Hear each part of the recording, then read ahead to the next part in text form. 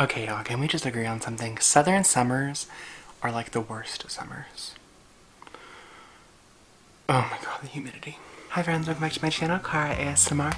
Today's video is not really requested as much as it is one comment. This comment in particular. It was enough for me. So, as you all know, I love Batman.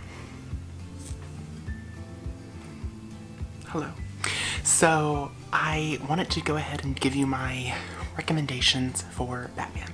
This is not a series, and this will not be a continuing series at all. I just really like Batman, and I wanted to share some of the favorite things I like to watch and read. Yes, you did hear that correct, watch, so I will be including films and television series in this list as well. This is just some fun recommendations for you. All of them are pretty straightforward and standalone. There's not really much you need to know about anything that I'm going to recommend you, and if there is, I will tell you what it is. It's usually small things that aren't really spoiler. So without further ado, let's go ahead and get on in the video. Actually, I lied. If there's anything that I scrub on, don't attack me, please. I'm not a professional. So the first television series I have to recommend you is the 1966 Batman. This is the original live-action TV series that everyone probably thinks of when they think of Batman on screen. This stars Adam West as the leading role of Batman / Bruce Wayne, and Burt Ward as Robin / Dick Grayson. This ran until 1968 when it was taken off the air and replaced with a cartoonish, more animated version of the show. Though in my opinion, that's not a really good show. So the next television series I have to recommend you is the 1992 Batman the Animated Series. This was written by a name that most of you will probably know even if you haven't read comics, Paul Dini. Paul Dini wrote a lot of the episodes, and he even went on to create iconic comics that were based on the television series. This series is also what gave us the iconic Mark Hamill voice of Joker. So this series ran from 1992 until 1995. Then we get into film, specifically my favorite films of Batman, the Tim Burton. First we have 1989's Batman. This is the first one that kicked it off, and it stars Michael Keaton as the leading role and Jack Nicholson as the unnerving Joker. As I mentioned before, this one and the rest of them in this series were directed by Tim Burton. Then the sequel, 1992's Batman Returns. This also starred Michael Keaton as Batman but didn't follow Joker's villainous ways. This follows Danny DeVito as the Penguin and Michelle Pfeiffer as Catwoman, the iconic role. Then 1995 gave us Batman Forever. I hear this is cited as a lot of people's favorite in the series. I think it may be tied with the first one for my favorite. So Batman Forever replaces Michael Keaton as Batman and brings on Val Kilmer as the starring role. This film also introduced Chris O'Donnell as Robin, who went on to star in many television series that we know and love. And it also had Jim Carrey as the Riddler. That's just insane. I can't, oh my god. Ugh. Jim Carrey is unnerving enough as the Mask. Then 1997 gave us the fourth and last one in the Tim Burton series, Batman and Robin. This one had George Clooney replace Val Kilmer as Batman but kept Chris O'Donnell as Robin. It also had a star-studded cast, including Alicia Silverstone as Batgirl, Arnold Schwarzenegger as Mr. Freeze, and Uma Thurman as Poison Ivy.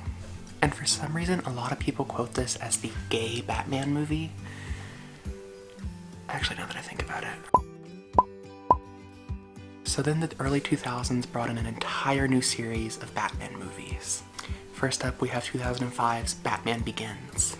This starred Christian Bale as the lead role, and Liam Neeson as Ra's al Ghul. 2008 showed the sequel, The Dark Knight, which also showed the return of Christian Bale as Batman, and Heath Ledger as Joker in his last film role ever before his unfortunate passing. Then 2012 showed the last film in the series. It was a trilogy, The Dark Knight Rises. This had Christian Bale return to finalize the role and introduced Tom Hardy as Bane. This was also the one that had Anne Hathaway as Catwoman, but a lot of people didn't seem to like her. Either they preferred Halle Berry or Michelle Pfeiffer. Personally, I'm more of a Halle Berry, but I grew up watching Halle Berry's Catwoman. So then there are many more Batman films out there and TV series as well. These are just some of my favorites. However, there are two that I liked a little bit, but I would suggest if you're wanting to diversify your Batman experience with other superheroes and villains. So first, I would suggest 2016's Batman vs. Superman. This had the tagline Dawn of Justice.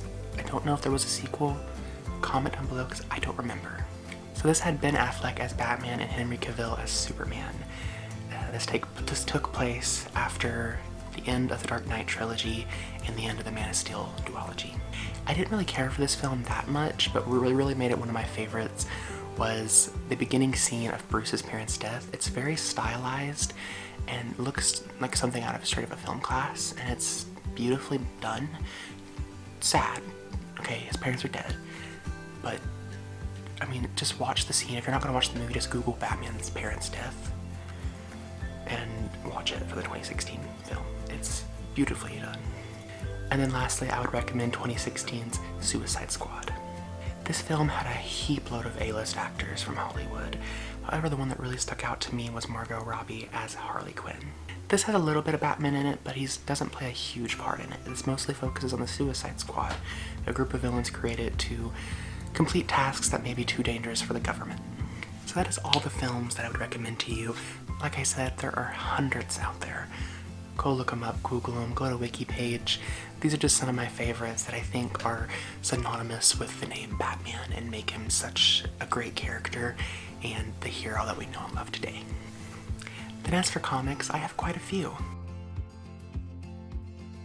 Most of these are standalones. If any of them have to be read in a certain order, I will state it, don't worry. So the first one I have is 1987's Batman Year One. This was written by Frank Miller and tells the origin story of Batman. This is one that I suggest anyone reads. If you've never picked up a Batman story, pick it up first. If you've already picked up plenty of Batman, still read this. It's a classic. If you've read it, reread it. Then I would suggest Jeff Loeb's Long Halloween duology. This starts with 1996's Long Halloween by Jeff Loeb and Tim Sale. This is basically the story of Batman tracking down a serial killer who's killing on special holidays. Then 1999's Dark Victory, also by the same team, is a sequel to The Long Halloween, which I won't tell you anything about because it will spoil the first book. Then we jump back in time to 1988 with The Killing Joke. This was written by Alan Moore and is probably one of his most iconic comics he's ever written. This is a life-changing experience for us the readers and for characters such as Barbara Gordon, Batgirl, that is Barbara Gordon, Commissioner Gordon, Batman himself, and all the other Bat family members. This sort of gives your backstory to Joker, not a lot, but it's kind of there. And the only thing you need to know before reading this is that Barbara Gordon is Batgirl, and that she works alongside Batman, and that she's Commissioner Gordon's daughter. I've also heard a lot of people mention that Red Hood's in here, and honestly, I didn't read anything about Red Hood before I read this, and it was fine. Everything made sense. Alan Moore's great about that. So then we go back in time even more to 1986 with The Dark Knight Returns by Frank Miller. So you may know Frank Miller with titles such as Sin City and 300, but he also wrote a lot of Batman. So The Dark Knight Returns is an Elseworld story, which is stories that don't take place in the continuity of regular DC Comics. This follows Batman years after his retirement, and a whole new group of villains are terrorizing Gotham City. Because of this, he has to put on the suit once more and begin fighting crime alongside Robin, who is now a girl. That's cool. So this is a great story that I think everyone needs to read. It's one of those Batman stories that may not be part of his continuous storyline, but is one that you just have to read to say you've had the full experience of what Batman can give you. And then if you are someone like me who loves to read series, then you want to start with Batman, I would suggest, to make things simple, start with the Batman New 52 run. This is by Scott Snyder and is one of the best Batman runs I've read. Though I've only read a few volumes of it, it's still amazing. There are multiple ways to read this, so I will link down in the description a couple of reading guides that I have been following that have been great and that have really helped me with collecting and reading the comics. Also, the New 52 has Death of the Family, which is a life-changing arc for the Bat family and villains alike. So then I can't make a Batman video without recommending you my favorite Batman story of all time, and it is 2017's Batman White Knight by Sean Murphy. This follows a alternate universe where Joker has become the good guy and Batman has become the bad guy. It's emotional, it is heartwarming, and it puts a light on Joker that we've never seen before and really exposes him layer by layer, because ogres have layers. So this is one that I definitely suggest you pick up. If nothing else in Batman's work, pick this up. I mean, obviously pick up everything else that anyone's ever written about Batman, but this is just as, like, it's my fave. I've read this probably 7 times, and I'm going to continue to read it because I'm going to look for ways to annotate it. I love this. And then to jump back just a little bit, if you're someone who loves the Batman animated series with Paul Dini as a writer, then you're going to love this one. So this is Batman Mad Love. This was written by Paul Dini and drawn by Bruce Timm. This has the wonderful feel of the Batman animated series. The artwork matches perfectly to the drawings on screen.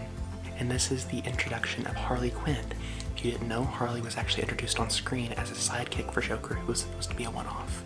However, people fell in love with her, and so she became an alternate character in the comics, and then eventually she got her own series in the New 52 run. So this has many classic Batman stories from the Paul Dini run. So this has ones such as Mad Love, Going Straight, Puppet Show, 24 Hour, Study Hall, Laughter After Midnight, Cruise to Nightmare, Jolly Old St. Nicholas, Demons, Two of a Kind. These are stories that have cemented Paul Dini and Bruce Timm as Batman writers and will go down in history as one of the best on the list. No matter who you ask, they're bound to say that one of Paul Dini's stories are one of their favorites on Batman. So thank you so much for watching my recommendations for Batman. I will link all the recommendations down below in the description just so you can remember them and make a checklist or whatever. And I will also remember to link those reading guides to the New 52 Batman if you have not yet read them. Also linked down below will be all my social media links and my blog that you can always check out. I write reviews for all the books that I read that are newer.